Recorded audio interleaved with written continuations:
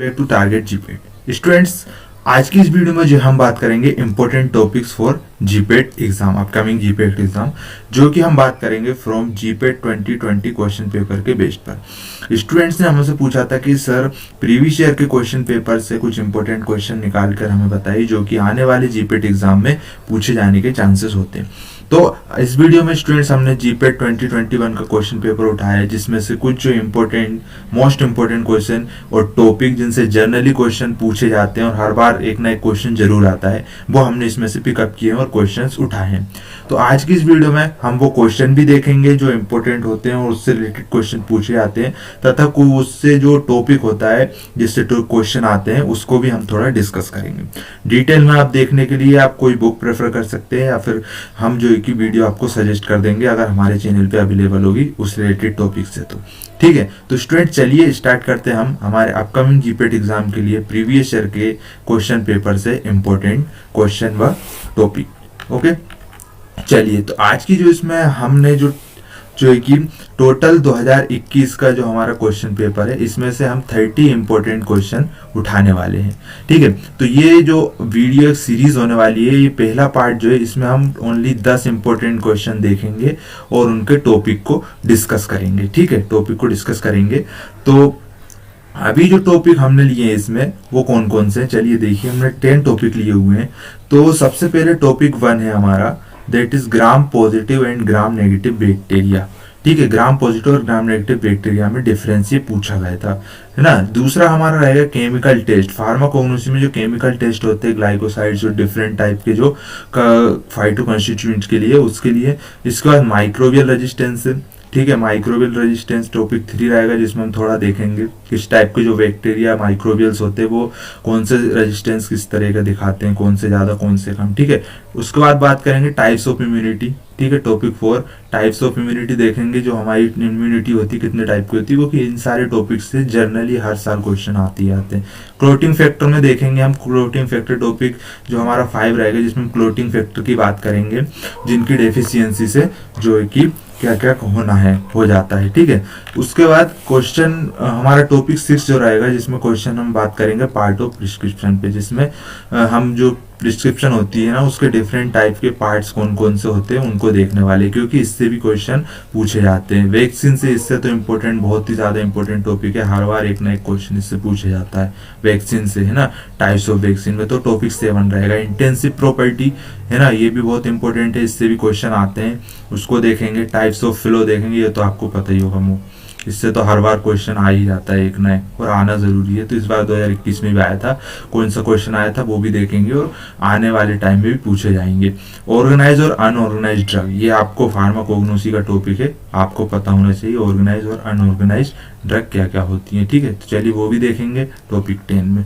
तो ये आज के टॉपिक 10 है जो हम देखने वाले हैं। स्टूडेंट्स बहुत ही ज़्यादा इंपॉर्टेंट वीडियो होने वाली है, पूरा ध्यान से देखिएगा, आपका इनमें से आने वाले एग्जाम में क्वेश्चन ज़रूर से ज़रूर पूछे जाएंगे। मैंने वही टॉपिक्स लिए हैं जो ज़्यादा इंपॉर्टेंट है और जिनसे जनरली हर बार क्वेश्चन आते हैं। ठीक है, तो चलो स्टार्ट करेंगे। सबसे पहले क्वेश्चन हमारा रहेगा, पहला क्वेश्चन हमारा ग्राम पॉजिटिव और ग्राम नेगेटिव बैक्टीरिया पे था, उसको हम लास्ट में डिस्कस करेंगे, थोड़ा बड़ा है। सेकंड क्वेश्चन से हम बात करेंगे, हमारा था क्या जो हमारे टेस्ट होते हैं डिफरेंट टाइप के, है ना। तो 2021 में ये हमारा क्वेश्चन पूछा गया था, that match the following chemical compound with their chemical test, है ना। तो ये क्वेश्चन आया था, जिसमें हमें यहाँ पर कंपाउंड दिए होते, यहाँ पर केमिकल टेस्ट दिए होते। पहला कंपाउंड दिया था हमें क्विनिन, ठीक है, दूसरा डिजोक्सिन, तीसरा एट्रोपिन और चौथा सेनोसाइड। इधर हमको टेस्ट दिए थे वॉन्ट्रेगर, थैलोक्विन, बिटालीमोरिन और केलर केलानी टेस्ट। तो इनको हमको मैच करना था कि कौन सा टेस्ट किस चीज का है। ठीक है, तो इसका जो आंसर है, करेक्ट आंसर, आप जो है कि हमारा 2021 का क्वेश्चन पेपर जो हमने डिस्कस किया था पार्ट 4 में 125 क्वेश्चन, आप उसको भी प्रेफर कर सकते हैं। वीडियो को आई बटन में आपको वीडियो दिखाई दे रही है, यहाँ से क्लिक करके देख सकते हैं। क्वेश्चन आंसर तो हम यहाँ भी बता देंगे, अगर आप पूरा 2021 का क्वेश्चन पढ़ना चाहते हैं तो आप ये वीडियो देख सकते हैं, पूरी प्लेलिस्ट बनाई हुई है, जरूर देखिएगा, आपको एग्जाम में बहुत ज्यादा हेल्प होगी। बाकी इंपॉर्टेंट ये सीरीज तो आप जरूर देखना। ठीक है, तो चलिए तो बात करेंगे क्विनिन, बॉन्ट्रेगर टेस्ट, थैलोक्विन, बिटाली, केलर केलानी। तो इनका राइट आंसर चलो देख लेते हैं, फिर इनके बारे में थोड़ा थोड़ा देख लेंगे चारों टेस्ट के बारे में। तो क्विनिन क्विनिन को कौन से टेस्ट से हम आइडेंटिफाई करेंगे, तो इसका जो रहता है थैलोक्विन टेस्ट, ठीक है, ये इसका रहेगा। क्विनिन थैलोक्विन, थोड़ा नाम से ही पता चल रहा। डिजोक्सिन की अगर बात करेंगे तो डिजोक्सिन के लिए हमारा टेस्ट होता है केलर किलानी, ठीक है। केलर किलानी से हम मतलब जितने भी ये हमारे डिजिटेलिस से रिलेटेड जितने भी हमारे ग्लाइकोसाइड्स होते हैं वो इस केलर किलानी टेस्ट हम देख सकते हैं। एट्रोपिन के लिए कौन सा टेस्ट रहेगा, तो इसमें हमारा बेटल मोरिन टेस्ट इसके लिए रहता है, ठीक है। बिटाइली मोरिन टेस्ट एट्रोपिन के लिए रहेगा। सेनोसाइड्स के लिए हमारा बॉन्ड ट्रिगर सेनोसाइड, ये ग्लाइकोसाइड्स होते हैं सेनोग्लाइकोसाइड, उसके लिए बॉन्ड ट्रिगर टेस्ट रहता है, ठीक है। तो ये हमारा करेक्ट आंसर था। अब इससे रिलेटेड क्वेश्चन और पूछे जाएंगे तो इसलिए हम इसको डिटेल में देख लेते हैं। सबसे पहले बात करेंगे बॉन्ड ट्रिगर टेस्ट क्या होता है, ठीक है। बॉन्ड ट्रिगर टेस्ट ये केमिकल टेस्ट होता है, किस लिए, एंथ्राक्विन ग्लाइकोसाइड्स के लिए। इसमें क्या करते हैं हम, इसमें 1 ग्राम लेते हैं हम ड्रग, ठीक है। ये हमारी टेस्ट ट्यूब है जिसमें हम 1 ग्राम लेंगे हम ड्रग, 1 ग्राम लेते हैं ड्रग, ओके। उसमें 5 to 10 ml of dilute HCl add करेंगे, 5 to 10 ml डाइल्यूट HCl हम यूज करेंगे, इसमें ऐड करते हैं, ओके। डाइल्यूट HCl करके, ठीक है, ये हम इस तरह से ऐड करेंगे। उसके बाद क्या करेंगे, HCl को डालेंगे वाटर बोथ में, हम 10 मिनट तक बॉईल करके उसको फिल्टर कर लेंगे। उसके बाद फिल्टरेड बाद एक्सट्रैक्ट विद ClCl4, हम जो है कि कार्बन टेट्राक्लोराइड के साथ उसको फिल्टर को एक्सट्रैक्ट करेंगे। बेंजीन ऐड करेंगे, है ना, या फिर बेंजीन के साथ कर सकते हैं। उसके बाद ऐड करेंगे हम equal amount of ammonia solution to treat and सेक, है ना। उसको अमोनिया डाल के ट्रीट एंड सेक करेंगे। अगर formation of pink and red colour आती है इन अमोनियम कॉलेट due to the presence of anthraquinone moiety, अगर ये पिंक और रेड कलर आता है तो इसका मतलब हमारा एंथ्राक्विनोन जो है ग्लाइकोसाइड उसमें प्रेजेंट है, तो उस मोइटी के कारण ये आ जाएगी, ठीक है। तो ये हमारा बॉन्ड ट्रिगर टेस्ट होता है। इनको आप जो कि डिटेल में और पढ़ना चाहते हैं तो आप जो कि बुक हमारी, अगर आप इन टेस्ट को आप अच्छे से और देख लीजिएगा, यूट्यूब पे आपको बहुत सारी वीडियो अवेलेबल हो जाएंगी, ठीक है। और इनको आप थोड़ा और डिटेल में देखना चाहते हो तो, ठीक है। नेक्स्ट टेस्ट हमारा कौन सा रहेगा, नेक्स्ट हमारा था थैलोक्विन टेस्ट। थैलोक्विन टेस्ट क्या होता है, ये टेस्ट होता है हमारा क्विन थैलोक्विन टेस्ट जो होता है वो होता है हमारा फॉर क्विनिन एंड थैलोक्विन के लिए होता है। इसमें क्या करते हैं, takes streak of cinchona powder, हम इसमें सिंकोना पाउडर का स्ट्रेक लेते हैं और ऐड करते हैं 1 drop of dilute sulphuric acid and 1 ml of water add करेंगे। उसके बाद ब्रोमीन वाटर ड्रॉप वाइज डालेंगे जब तक सॉल्यूशन जो है कि परमानेंट येलो कलर को ना ले ले। उसके बाद 1 ml हम डाइल्यूट अमोनियम सॉल्यूशन डालेंगे। उसके बाद क्या होगा, क्या एम्ब्रेल्ड ग्रीन कलर प्रोड्यूस होगा जो कि इंडिकेट करेगा हमारी प्रेजेंस ऑफ सिंकोना या फिर क्विनिन ग्लाइकोसाइड्स से ना, क्विनिन और थैलोक्विन, ठीक है, क्विनिन की प्रेजेंस को। ये होगा हमारा थैलोक्विन टेस्ट। नेक्स्ट टेस्ट की अगर बात करें, डेट पूछा है बिटाइली मोरिन टेस्ट था। बिटाइली मोरिन टेस्ट ये होता है हमारा ट्रोपेन एल्केलॉइड्स के लिए पूछा होता है। बिटाइली मोरिन की रिएक्शन में the reaction is useful for the detection of tropane alkaloid, okay. जब हम एट्रोपिन को ट्रीट करते हैं उसकी HNO3 की फ्यूमिंग के साथ followed by evaporation to dryness on a water bath, ये क्या करता है, पॉलीनाइट्रो कंपाउंड और येलो कलर शो करता है। तो इससे पता चलता है कि इसमें जो है कि एट्रोपिन या फिर ट्रोपेन एल्केलॉइड्स प्रेजेंट है। बिटाइली मोरिन टेस्ट इस तरह परफॉर्म होता है। केलर किलानी टेस्ट किस लिए होता है, ये होता है हमारे डिजिटोस मोइटी के लिए, जैसा हमने बताया था डिजिटोक्सिन के लिए। तो केलर किलानी टेस्ट में 0.5 ग्राम हम एक्सट्रैक्ट लेते हैं, उसको डिसॉल्व करते हैं हम 2 ml of glacial acetic acid में, है ना, और 1 drop of ferric chloride solution. Then 1 ml of concentrated sulphuric acid को हम ऐड करेंगे। जेंटली हम उसमें ब्राउन रिंग ऑब्टेन्ड होती है at the interface indicate that the presence of deoxy sugar characteristic of cardenolides, जो कि ब्राउन कलर की जो रिंग ऑब्टेन्ड होती है ये हमें इंडिकेट करती है कि इसमें कार्डिनोलॉइड्स या फिर हम डिजोक्सिन या डिजोक्टोज मोइटी जो है इसमें अवेलेबल है। तो ये हमारे 4 टेस्ट इसमें जो पूछ रहे थे, केलर किलानी और ये सारे, तो ये होते हैं, ठीक है। चलिए अगला क्वेश्चन बात करेंगे। पूछा गया था which of the following microbial form listed below exhibit the highest level of resistance to physical and chemical methods of growth controls। तो जो नीचे हमारे दिए हुए हैं माइक्रोबियल, अरे ये तो मिक्स हो गए सारे, जैसे naked virus, protozoa cyst, vegetative bacterial cell और बैक्टीरियल एंडोस्पोर। तो ये दिए हुए हैं, इनमें से कौन सी जो है कि हमारी कौन सी माइक्रोबियल फॉर्म है जो कि सबसे ज़्यादा रेजिस्टेंट शो करती है, किसके लिए ग्रोथ इनहिबिटर जो होती है हमारी, हम जैसे कि कोई भी एंटीबायोटिक लेंगे तो उसमें सबसे ज़्यादा इनमें से रेजिस्टेंट कौन से टाइप के माइक्रोबियल शो करते हैं ना, सॉरी ये मिक्स हो गया। तो इसमें दिया ऑप्शन नेक्स्ट वायरस सबसे ज़्यादा करेंगे, प्रोटोजोआसिस्ट करेंगे, वेजिटेटिव बैक्टीरियल सेल करेंगे, बैक्टीरियल एंडोस्पोर करेंगे। तो बेस इसका करेक्ट आंसर हमारा डी है। जो बैक्टीरियल एंडोस्पोर्स होते हैं वो सबसे ज़्यादा फिजिकल एंड केमिकल रेजिस्टेंस को करते हैं। ठीक है, तो चलिए इनको देख लेते थोड़े थोड़े क्या क्या होते हैं। नेक्ड वायरस की बात करेंगे। नेक्ड वायरस होता है the virus that do not have lipid envelope around the capsid. तो उसके कैप्सिड के अराउंड में कोई भी लिपिड इनवेलप प्रेजेंट नहीं रहता। नेक्ड मतलब आप समझते हो बिना कपड़ों के, तो उसके आसपास कोई भी हमारी लिपिड की लेयर नहीं रहेगी कैप्सिड के। And does have a naked, इसलिए उसको नेक्ड वायरस कहा जाए। Capsid are referred to as a naked virus. तो खाली जो कैप्सिड रहेगा उसको हम नेक्ड वायरस बोलते हैं। ठीक है, ओके। प्रोटोजोआसिस्ट सेकंड था हमारा protozoa cyst. A cyst refer to a dormant stage. Cyst protozoa cyst का होता है कोई भी बैक्टीरिया जब डोरमेनेंट स्टेज में चल जाता है उसको हम प्रोटोजोआसिस्ट कहते हैं। डोरमेनेंट स्टेज होगा प्रोटोजोआ, हाँ कोई भी जो प्रोटोजोआ होता है सॉरी, वो जब डोरमेनेंट स्टेज में चला जाता है तो उसको हम बोलते हैं protozoa cyst. That enable them to survive in unfavourable environment condition. जब कोई ऐसा बॉडी के अंदर है कोई प्रोटोजोआ, कोई ऐसी कंडीशन आती है जिसमें वो खत्म हो सकता है, तो वो क्या करता है अपने आप को ग्रोथ नहीं करता, वो डोरमेंट स्टेज में चुपचाप चला जाता है ताकि उस पर कोई भी उसका असर ना कर पाए कोई antibiotic. Therefore the cyst is the transmissive state of protozoa on that account the cyst is infectious. जब कभी ऐसी कोई कंडीशन आती है कि हमारा इम्यून सिस्टम थोड़ा बहुत भी वीक होता है तो जो डोरमेंट स्टेज में होते हैं वो वापस से अपना एक्शन शो करने लग जाते हैं। बट जब तक इम्यून सिस्टम में कोई ऐसी एक्टिविटी होती है जिससे इनको खतरा होता है तो ये डोरमेंट स्टेज में रहते हैं।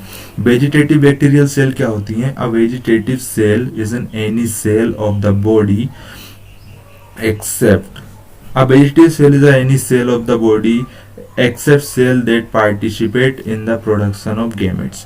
Vegetative cell are produced from the pre-existing cell by a process called asexual reproduction. Okay, the normal living cell of bacteria are vegetative cell. Vegetative cell की कोई भी ऐसी सेल होती है बॉडी के अलावा जो कि पार्टिसिपेट करती है गैमेट्स के प्रोडक्शन में। ठीक है ना, बॉडी के अलावा जो सेल होती है जो कि गैमेट्स के प्रोडक्शन में पार्टिसिपेट करती है वेजिटेटिव सेल कहलाती है, जो कि असेक्सुअल प्रोडक्शन के लिए यूज होती है। ओके, ऐसी सेल को हम वेजिटेटिव बैक्टीरियल सेल बोलते हैं।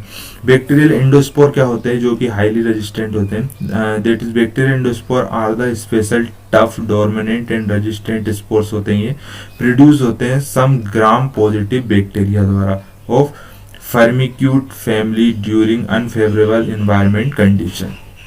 Okay, endospores are developed with the vegetative cell, hence the name endo means inside. They help the bacteria to endure the unfavorable environment condition.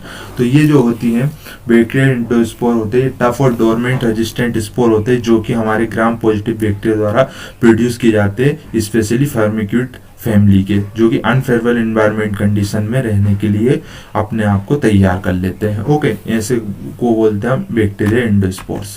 ठीक है, नेक्स्ट क्वेश्चन पूछा था हमारा इम्यूनिटी के ऊपर, that the immunity acquired by inoculation of living organism of attenuated virulences. तो क्या होता है कि वो इम्यूनिटी जो कि हमने किसी भी ऑर्गेनिज्म, लिविंग ऑर्गेनिज्म को हमारे अंदर एंटर करके और ली है, एक्वायर की है ना, वायरुलेंस या कोई भी वायरस की उसको हमने अपने अंदर एंटर करके जो इम्यूनिटी हमने खुद ली है उसको क्या बोलते हैं?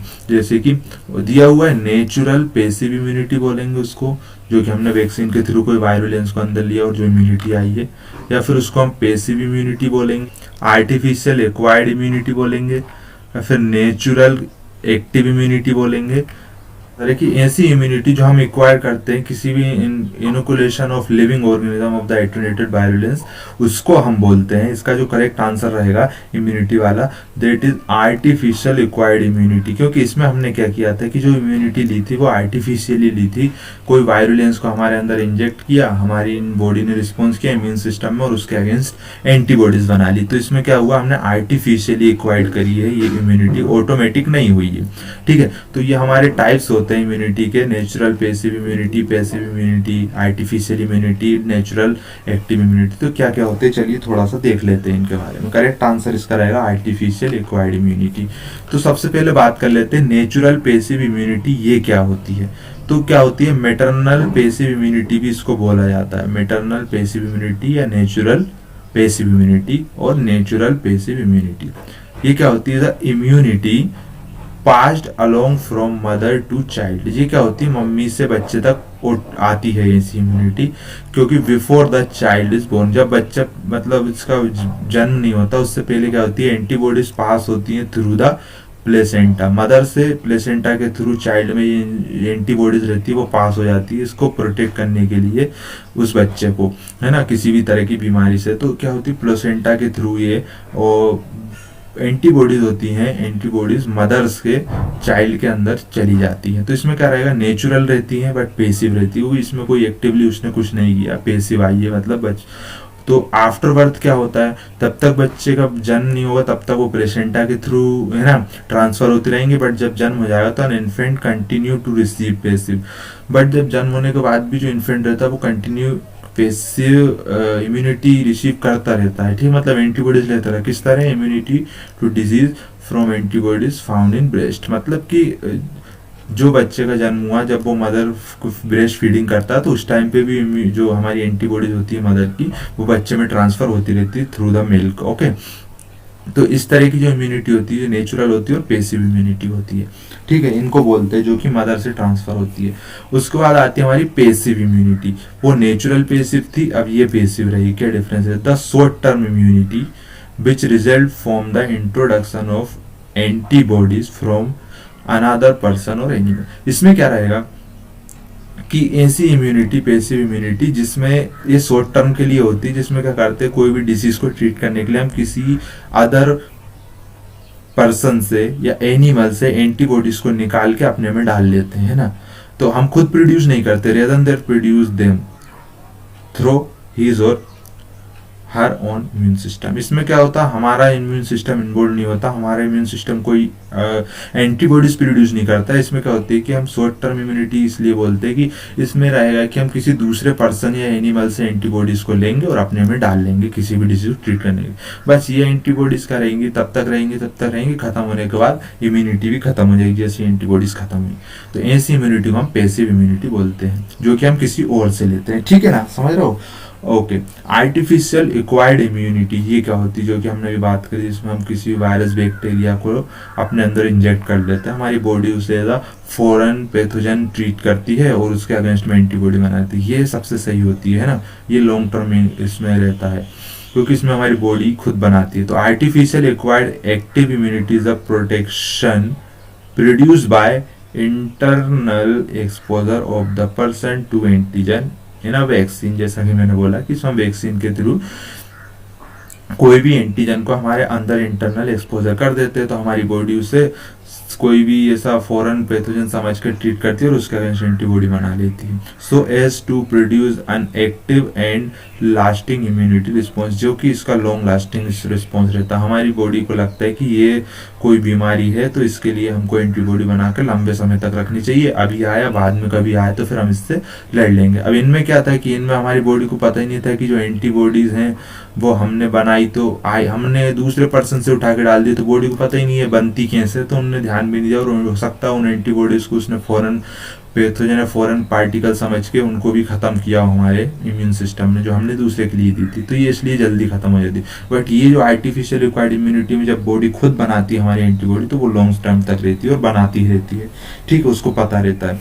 नेचुरल एक्टिव इम्यूनिटी, अब ये क्या होती है, natural acquired active immunity occurs when the person is exposed to a live pathogen ठीक है। इसमें क्या है, नेचुरली इसमें कैसे आएगी, इसमें देखो हमने आर्टिफिशियली कोई हमने वायरस नहीं डाला है बॉडी को एंटीबॉडीज बनवाने के, इसमें नेचुरली क्या हुआ, कोई वायरस का अटैक हुआ हमारी बॉडी पे, नेचुरली हमने कोई नहीं किया। तो जैसे ही कोई वायरस या बैक्टीरिया पैथोजन कुछ भी हमारी बॉडी के अंदर गया तो हमारी बॉडी ने उसको एज अ वो वायरस पैथोजन समझ के उसको ट्रीट किया और उसको मारने के लिए एंटीबॉडीज बनाई। तो इसमें क्या सब काम नेचुरली हुआ, एक हमने आर्टिफिशियली कुछ नहीं किया। तो ये सी एक्टिव, अब इसमें क्या हुआ, बॉडी ने खुद एक्टिविटी की है तो एक्टिव इम्यूनिटी रहेगी। इसमें बॉडी ने जो हमारा पैथोजन था उसको मारने के लिए उसको वो एंटीबॉडीज खुद बनाई है, तो इसलिए natural active immunity body develops the disease and become immune as a result of primary immune response. इसमें क्या हुआ, अब जो कुछ भी था हमारी बॉडी ने उसके अगेंस्ट रिस्पॉन्स किया, तो ये होती है नेचुरल एक्टिव इम्यूनिटी। इसमें हम कोई भी आर्टिफिशियली कुछ नहीं करते, ऑटोमेटिक कोई किसी भी बैक्टीरिया वायरस का हमारी बॉडी के अंदर अटैक होता है और बॉडी उसके अगेंस्ट हमारा वर्क करती है। ये होती है हमारी उससे जो एंटीबॉडीज बनती है वो होती है नेचुरल एक्टिव इम्यूनिटी जो आती है। ठीक है, चलिए अगला क्वेश्चन देखेंगे, दिया हुआ हीमोफीलिया ए है ना, ये question hemophilia A is a cause due to the reduction in the quantity or activity of which of the following clotting factor। जो हीमोफीलिया ए होता है वो कोज होता है किस चीज, कौन सा क्लोटिंग फैक्टर की क्वांटिटी कम होने की वजह से कोज होता है। ठीक है, ऑप्शन देखेंगे, विटामिन के की कमी से, अगर विटामिन के जो क्लोटिंग फैक्टर है अगर वो कम होगा तो हीमोफीलिया कोज होगा, या फिर क्लोटिंग फैक्टर 4 जो रहेगा वो कम होने की वजह से हीमोफीलिया ए होगा, या क्लोटिंग फैक्टर 8 की कम होने की वजह से होगा, या फिर क्लोटिंग फैक्टर 9 के कम होने की वजह से होगा। तो ये क्वेश्चन इंपॉर्टेंट है इससे। ठीक है, हीमोफीलिया पे से क्वेश्चन इस टॉपिक के तो सारे इंपॉर्टेंट है, इनको तो आपको रट लेना है कि हीमोफीलिया के डिफरेंट टाइप के जो ABC हीमोफीलिया होते हैं 3, वो कौन कौन से फैक्टर की कमी से होते हैं। ठीक है, तो वैसे इसका करेक्ट आंसर की मैं बात करूं तो हीमोफीलिया ए जो कोज होता है वो क्लोटिंग फैक्टर 8 की कमी की वजह से होता है। ठीक है, इसका करेक्ट आंसर 3rd रहेगा। तो अगर क्लोटिंग फैक्टर 8 कम रहेगा, कोई कमी डेफिशिएंसी होती है तो हमें हीमोफीलिया ए कोज होता है। बाकी बी और सी का क्या रोल है तो वो हम देख लेते हैं, वो किसकी कमी से हो जाएंगे। ठीक है, तो आप यहाँ पर देख लीजिए, टाइप्स ऑफ हीमोफीलिया की बात करेंगे, डिजीज दी हुई है हीमोफीलिया ए। हीमोफीलिया ए किसकी वजह से होता है, दैट इज 8 है ना, क्लोटिंग फैक्टर 8 की कमी की वजह से, 8 की वजह से हीमोफीलिया होगा। बी किसकी वजह से होगा, अगर बी की बात करें तो बी हमारा होगा क्लोटिंग फैक्टर ये 9 की वजह से, मेरे को सॉरी पॉइंटर ही नहीं दिख रहा है ना। तो हीमोफीलिया बी जो रहेगा वो होगा हमारी क्लोटिंग फैक्टर 9 की वजह से, और हीमोफीलिया जो सी होगा, हीमोफीलिया सी रहेगा हमारे क्लोटिंग फैक्टर 11 की वजह से। हाय हाय दिख ही नहीं रहा कर्सर। ठीक है, तो ये आपको याद रख लेना, हीमोफीलिया ए हमारे क्लोटिंग फैक्टर ए की वजह से रहेगा, हीमोफीलिया बी हमारी क्लोटिंग फैक्टर 9 की वजह से रहेगा उसकी डेफिशिएंसी की वजह से, और हीमोफीलिया सी जो रहेगा क्लोटिंग फैक्टर 11 अगर डेफिशिएंट है, कम है तो उसकी वजह से रहेगा। बाकी ये दिया हुआ पीर ऑनर्स डिजीज पैरा हीमोफीलिया, वो अगर फैक्टर 5 रो रहता है उसकी कमी की वजह से होता है। उसके बाद Willebrand disease, von Willebrand disease, ये हमारा 8 क्या क्या दिया हुआ VW, इसकी कमी की वजह से होगा। ठीक है, तो ये हमारी हीमोफीलिया का आपको याद रख लेना है, इंपॉर्टेंट है, इससे क्वेश्चन और भी पूछे जा सकते हैं। The part of the prescription that means take थो, तो प्रिस्क्रिप्शन का वो पार्ट जिसका मतलब होता है टेक थो, उसको क्या बोलते हैं, सुपरस्क्रिप्शन बोलेंगे, इंस्क्रिप्शन बोलेंगे, सुपरस्क्रिप्शन सॉरी ऊपर वाला सबस्क्रिप्शन था, दूसरा इंस्क्रिप्शन है, तीसरा सुपरस्क्रिप्शन है, थर्ड सिग्नेचर। तो जो पार्ट होता है जिसका मतलब टेक थो होता है RX है ना, इस पार्ट को हम क्या बोलते हैं, तो सुपरस्क्रिप्शन इंस्क्रिप्शन। तो इसका जो करेक्ट आंसर मैं आपको बता देता हूँ। अभी हम जो है कि पार्ट देखेंगे सुपरस्क्रिप्शन के, सॉरी प्रिस्क्रिप्शन के पार्ट देखे, तो चलिए पहले देख लेते, उसके बाद करेक्ट आंसर आपको खुद ही पता चल जाएगा। ठीक है, तो आप यहाँ पर देख लीजिए,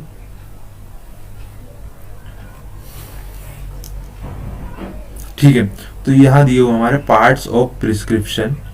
ठीक है, कलर में चेंज कर लेता हूँ, थोड़ा दिखाई नहीं दे रहा ठीक से, ब्लैक कर लेते हैं, पॉइंटर भी दिख जाएगा। तो पार्ट ऑफ प्रिस्क्रिप्शन में ये सबसे पहले हमारा डेट होती है यहाँ पर ये यहाँ पर ये दूसरा टर्म नेम, एज और हम वेट लिखते हैं। ये जो RX, ठीक है, ये वाला पूछा गया है RX, जिसका मतलब होता है टेक थो, इसको बोलते हैं हम सब्सक्रिप्शन। उसके बाद जहाँ पर हम ड्रग लिखते हैं, कौन कौन सी ड्रग्स हमको देनी है, उसको बोलते हैं हम इंस्क्रिप्शन, है ना। उसके बाद दूसरा होता है सब्सक्रिप्शन, किस तरह से देनी है, मतलब है ना, टेबलेट फॉर्म क्या देनी है, वो रहेगा। और उसके बाद उसके बाद जो लास्ट में सिग्नेचर होती है, या फिर जिसको बोलते हैं कितने दिन तक देना है, सिग्नेचर क्या होता है, तो सिग्नेचर मतलब कि कितने दिनों तक और दिन में कितनी बार लेना है, कितने दिन तक चलनी है, उसको हम बोलते हैं सिग्नेचर। तो ये पार्ट होते हैं प्रिस्क्रिप्शन के, आप यहाँ पर देख लीजिए। तो हमसे पूछा गया है टेक थो का मतलब क्या होता है, मतलब RX, तो ये होती है हमारी सुपरस्क्रिप्शन, ठीक है। कौन सी होती है, सुपरस्क्रिप्शन होती है ये, जिसका मतलब होता है टेक थो। तो ये पूछा है, तो अभी इस जो है कि प्रिस्क्रिप्शन के सारे पार्ट्स आपको याद रख लेना, इनसे क्वेश्चन आ सकता है, ठीक है। चलिए अगला बात करेंगे, match the following vaccine with their respective content. हमको ये पूछा है क्वेश्चन जिसमें वैक्सीन दी हुई है और उसके रिस्पेक्टिव कंटेंट दिए हुए हैं, पूछा गया मिलाना है। तो वो चलिए देख लेते हैं, वैक्सीन इधर है, कंटेंट इधर है, पहले मिला लेते हैं, ठीक है। ओरल पोलियो वैक्सीन क्या होती है, ये होती है हमारी लाइव वायरस की वैक्सीन होती है, ठीक है। टाइफाइड की जो वैक्सीन होती है, ये होती है हमारी किल्ड बैक्टीरिया की वैक्सीन होती है। टिटनेस हमारा टॉक्सोइड होता है। BCG वैक्सीन हमारी लाइव बैक्टीरिया की होती है, BCG, ठीक है, BCG। तो ये होती है हमारी वैक्सीन और ये हमारे कंटेंट इस तरह से होते हैं। चलिए इनका देख लेते हैं। वैक्सीन का तो बहुत बड़ा क्लासिफिकेशन आप देख सकते हैं, KDT में यहाँ पर दिया हुआ है। दैट वैक्सीन, सॉरी मैं पॉइंटर चेंज कर लेता हूँ, वेट अ मिनट, ओके। तो कहाँ गया, हाँ ठीक है, ये वैक्सीन का क्लासिफिकेशन दिया हो जिसमें किल्ड, इनएक्टिव वैक्सीन दी हुई और live attenuated vaccine, bacterial vaccine, viral vaccine, bacterial viral, live और किल्ड दोनों। टॉक्सोइड में हमारी टिटेनस और डिप्थीरिया की यहाँ पर दी हुई है, ठीक है। तो स्टूडेंट्स ये जो इतना बड़ा क्लासिफिकेशन आप देख के घबराइए मत, इसकी जो वीडियो है ना, ट्रिकी क्लासिफिकेशन, ट्रिक की वीडियो बनाई है मैंने, आप देख लोगे ना तो आपको ये सारी आराम से याद होगी। आई बटन में आप देख लीजिए, लिंक आ रहा है, तो यहाँ से आप क्लिक करके वैक्सीन की जो ट्रिकी क्लासिफिकेशन की वीडियो है ना, एक बार आप देख लेना। ये सारी वैक्सीन है ना, किल्ड में बैक्टीरिया में कौन सी रहेंगी, वायरल में कौन सी, लाइव में बैक्टीरिया में कौन सी, वायरस में कौन सी, सारी आपको याद हो जाएंगी। बहुत ही अच्छी ट्रिक बनाई है मैंने, आप जाकर जरूर देखें, तो आपको याद करने की मतलब ज़रूरत ही नहीं होगी। आपको एक बार ट्रिक याद हो गई, जो मैंने स्टोरी बताई है वो आप याद रख लेना, आपको सारी वैक्सीन याद होगी, तो जाकर जरूर देखें। उसके अलावा और भी ट्रिकी क्लासिफिकेशन की वीडियोज़ हैं, आप देख सकते हैं प्लेलिस्ट में, आपको लिंक मिल जाएगा डिस्क्रिप्शन में, ठीक है स्टूडेंट। तो ये था हमारा वैक्सीन वाला पार्ट। चलिए अब देख लेते हैं अगला क्वेश्चन था विच इंटेंसिव प्रॉपर्टी पे था, that which of the following is not an intensive property. इनमें से कौन सी इंटेंसिव प्रॉपर्टी नहीं है, ठीक है। ऑप्शन दिए हमारे कंसेंट्रेशन नहीं है, या फिर डेंसिटी नहीं है, या फिर प्रेशर नहीं है, या फिर वॉल्यूम नहीं है, ठीक है। ये चार ऑप्शन दिए गए थे। तो चलिए पहले हम देख लेते हैं इंटेंसिव प्रॉपर्टी कौन कौन सी होती है, उसके बाद करेक्ट आंसर की बात करेंगे। आप यहाँ पर देख लीजिए, थर्मोडाइनेमिक प्रॉपर्टीज होती हैं, इनमें इंटेंसिव प्रॉपर्टीज में कौन कौन सी आती है, प्रेशर आता है, टेम्परेचर आता है, डेंसिटी आती है, कंसेंट्रेशन आती है, melting point, boiling point, surface tension, viscosity, ETC हमारी इंटेंसिव में आती है। एक्सटेंसिव प्रॉपर्टीज में क्या क्या आता है हमारा, एक्सटेंसिव प्रॉपर्टीज में आप यहाँ पर देख लीजिए दिया हुआ है, मास आता है, volume, internal energy, heat capacity, enthalpy, entropy, Helmholtz energy and Gibbs energy, ठीक है। तो क्वेश्चन हमारा दिए होते हैं कि कौन सी इंटेंसिव प्रॉपर्टी नहीं, तो concentration, density, pressure, concentration, density और प्रेशर हमारी इंटेंसिव प्रॉपर्टी है, लेकिन वॉल्यूम जो है वो हमारी, वॉल्यूम जो है इंटेंसिव नहीं है, वो एक्सटेंसिव प्रॉपर्टी है। यहाँ पर आप देख लीजिए वॉल्यूम। तो इसका जो करेक्ट आंसर रहेगा, कौन सी प्रॉपर्टी इंटेंसिव नहीं है, तो volume is the extensive property, not intensive, ठीक है। तो करेक्ट आंसर ये रहा, ठीक है। अगला क्वेश्चन देखेंगे, the system volume is increased when shared is called, मतलब दिया हो कि वो जो सिस्टम का वॉल्यूम होता है वो इंक्रीज होता है जब हम शेयर लगाते हैं, शेयर, ये क्या कहलाता है हमारा। तो चलिए ऑप्शन देख लेते हैं, दिया हुआ हमारा dilatant flow, Newtonian flow, plastic flow. जब हम क्या शेयर स्ट्रेस लगाते हैं तो सिस्टम का जो रहता है वो वॉल्यूम बढ़ता है, या फिर जब बात करते हैं विस्कोसिटी बढ़ती है, विस्को विस्कोसिटी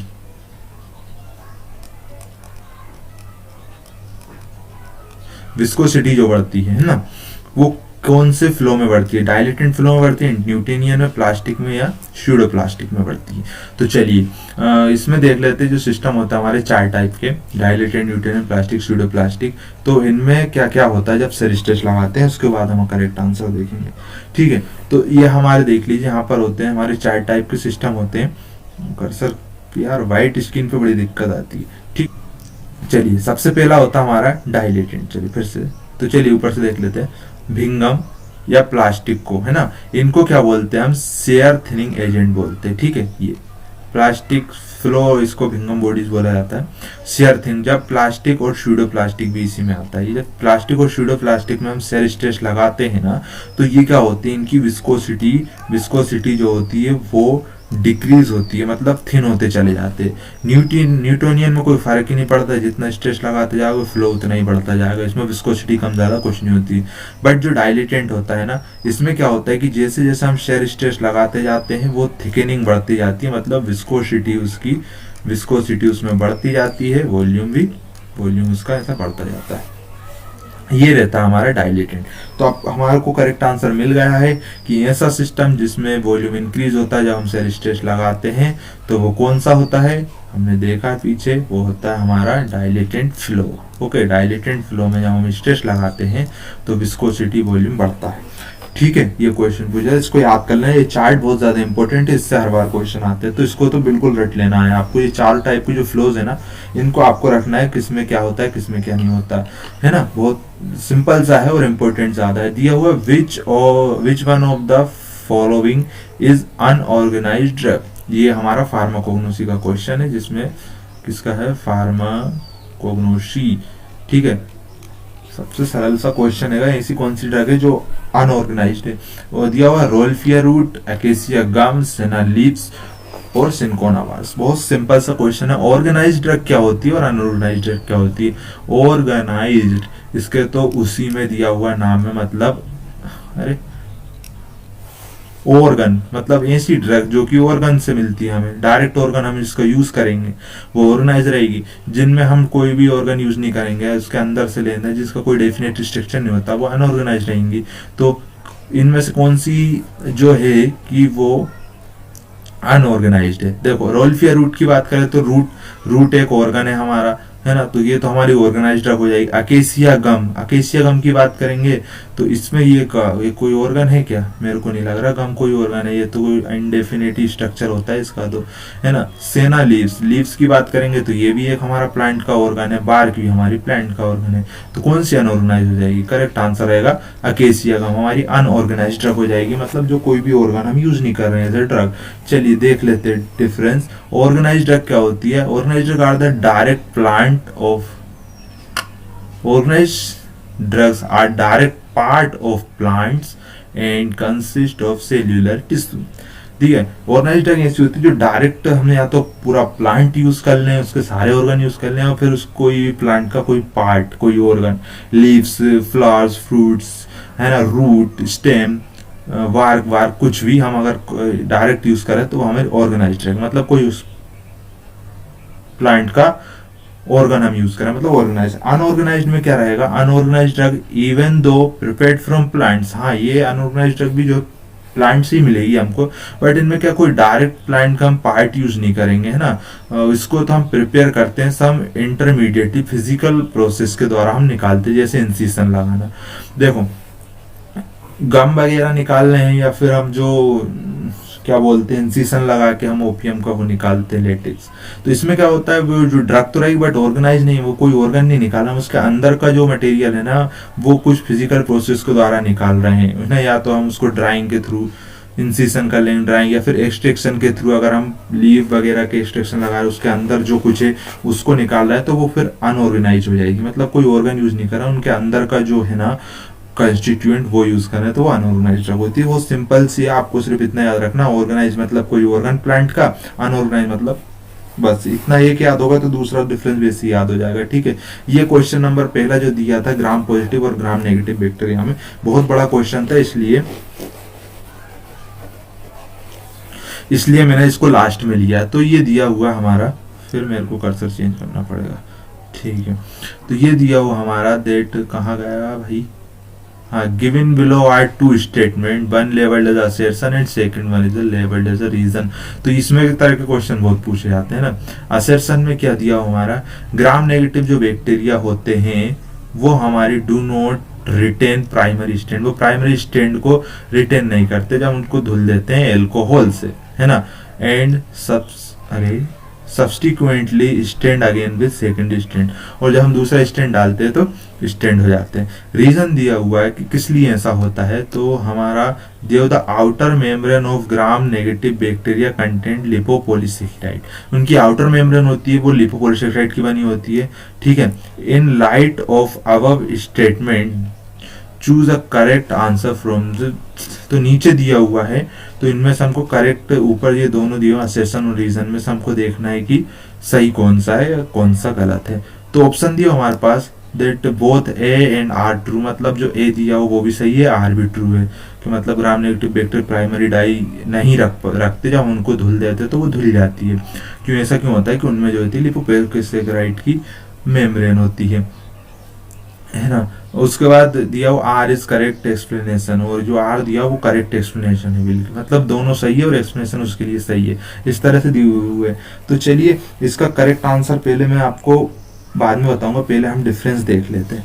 डिफरेंस में क्या दिया हुआ, जो ग्राम पॉजिटिव और ग्राम नेगेटिव बैक्टीरिया दिया, तो gram positive bacteria retain the crystal violet stand during gram staining, gram positive क्या रखते हैं, जो प्राइमरी स्टैंड होता है क्रिस्टल वॉयलेट उसको रिटेन रख लेते हैं, but gram negative bacteria do not retain the crystal violet during gram staining. दूसरा दिया हो ग्राम नेगेटिव बैक्टीरिया जब ग्राम स्टेन करते हैं प्राइमरी स्टेन को नहीं रखते, मतलब जैसे हम एल्कोहल डालते, पहले हमने प्राइमरी स्टेन डाला क्रिस्टल वॉयलेट, उसको हमने जैसे एल्कोहल डाला तो वो धुल जाता है, तो ये सही बात है ना। मतलब पहले उन्होंने दिया था कि ग्राम नेगेटिव बैक्टीरिया हमारा प्राइमरी स्टेन नहीं रखते, मतलब ये सही है, असर्शन सही है, मतलब रीजन में हमने दिया। तो दूसरा उन्होंने हमें क्या दिया था, सॉरी, हमारा रीजन था कि जो बैक्टीरिया कंटेन उनकी सेल वॉल पे हमारा क्वेश्चन था। तो चलिए सेल वॉल वाला पॉइंट देख लेते, ज्यादा देखने की जरूरत नहीं है, आप इनको पढ़ लेना, इंपॉर्टेंट है। ग्राम पॉजिटिव और ग्राम नेगेटिव बैक्टीरिया बहुत ज्यादा होते हैं। तो इसमें दिया हुआ है peptidoglycan layer is thick and multi layered होती है, पेप्टाइडोग्लाइकन की लेयर मोटी होती है, इसमें पेप्टाइडोग्लाइकन की लेयर पतली होती है इसमें, ठीक है। हाँ ये ठीक है, इसकी वजह जो पेप्टाइडोग्लाइकन की वजह से क्रिस्टल वॉयलेट रिटेन होता है ना, इसमें क्या थिन होती है तो वो इस वजह से रिटेन नहीं कर पाता है, ठीक है। उसके बाद इसमें क्या दिया हो, cell wall content virtually non lipopolysaccharide content, मतलब इसमें नॉन लिपोपोलीसेकेराइड होता है, इसमें कोई भी पॉलीसेकेराइड की इनकी लेयर नहीं बनी होती, बट ग्राम नेगेटिव बैक्टीरिया की जो होती है cell wall high lipopolysaccharide content. तो मतलब ये दिया था इनने दूसरा रीजन कि जो आउटर मेम्ब्रेन होती है वो लिपोपोलीसेकेराइड की बनी होती है, मतलब इन्होंने सही बोला है, रीजन भी सही दिया है और इसी के कारण ये नहीं कर पाते हैं रिटेन। तो ठीक है, तो इसका हम जो करेक्ट आंसर रहेगा वो कौन सा रहेगा, वो रहेगा हमारा ये वाला, फर्स्ट वाला, okay. Both A and R true, दोनों सही है, हमने देख लिया। और जो एक्सप्लेनेशन है ना, एक्सप्लेनेशन वो भी करेक्ट है कि इसी के कारण से जो है कि हमारा प्राइमरी डाई उस पर रिटेन नहीं कर पाती है। ओके स्टूडेंट्स, ये होगा हमारे 10 क्वेश्चन आज की वीडियो के। Thank you so much for watching this video up to the very end. अगर आप स्टूडेंट्स जीपेट की प्रिपरेशन अच्छे से करना चाह रहे हो और आपको किसी भी तरीके की हेल्प चाहिए, कोई बुक चाहिए, आपको नोट्स, स्टडी मटेरियल, कोई भी इंपॉर्टेंट आपको जीपेट से रिलेटेड कोई भी चीज़ चाहिए, तो आप हमारा टेलीग्राम ग्रुप ज्वाइन कर सकते हैं, आप हमारा व्हाट्सएप ग्रुप ज्वाइन कर सकते हैं, ठीक है। बाकी आप हमारे साथ इंस्टाग्राम और फेसबुक पर भी कनेक्ट हो सकते हैं, यहाँ पर भी हम डेली क्विज़ेस अपलोड करते रहते हैं, इंपॉर्टेंट इन्फॉर्मेशन, नोटिफिकेशन जो भी आती है वो इन 4-5 साइट्स पे हम आपको अवेलेबल करा देते हैं। लिंक आपको डिस्क्रिप्शन में मिलेंगे, आप ग्रुप तो जरूर ज्वाइन करिए, टेलीग्राम और इंस्टाग्राम, ठीक है। टेलीग्राम और व्हाट्सएप ग्रुप आप जरूर ज्वाइन कर लीजिए। आप जो भी आपकी कोई भी डिमांड हो, आपको कोई बुक चाहिए हो जीपेट से रिलेटेड, कोई स्टडी मटेरियल, कोई नोट्स चाहिए हो, कुछ भी चाहिए आप वहाँ पर मैसेज पुट करिए, आपको हम अवेलेबल करा देते हैं totally free, okay. So okay students, आज की वीडियो में इतना ही, फिर मिलते हैं फिर इसी वीडियो के अगले पार्ट में, जिसमें हम नेक्स्ट 10 क्वेश्चन की बात करेंगे। वीडियो अगर आपको अच्छा लगा हो तो स्टूडेंट्स लाइक कर दीजिए, और अगर आपको पसंद आ रही है, अगर आप चाहते कि इसमें पार्ट्स आगे बनाए, तो आप कमेंट करके जरूर लिख देना, ठीक है। ओके स्टूडेंट, आपका रिस्पॉन्स का इंतजार रहेगा। Thank you so much for watching this video. See you soon in the next video. Bye bye.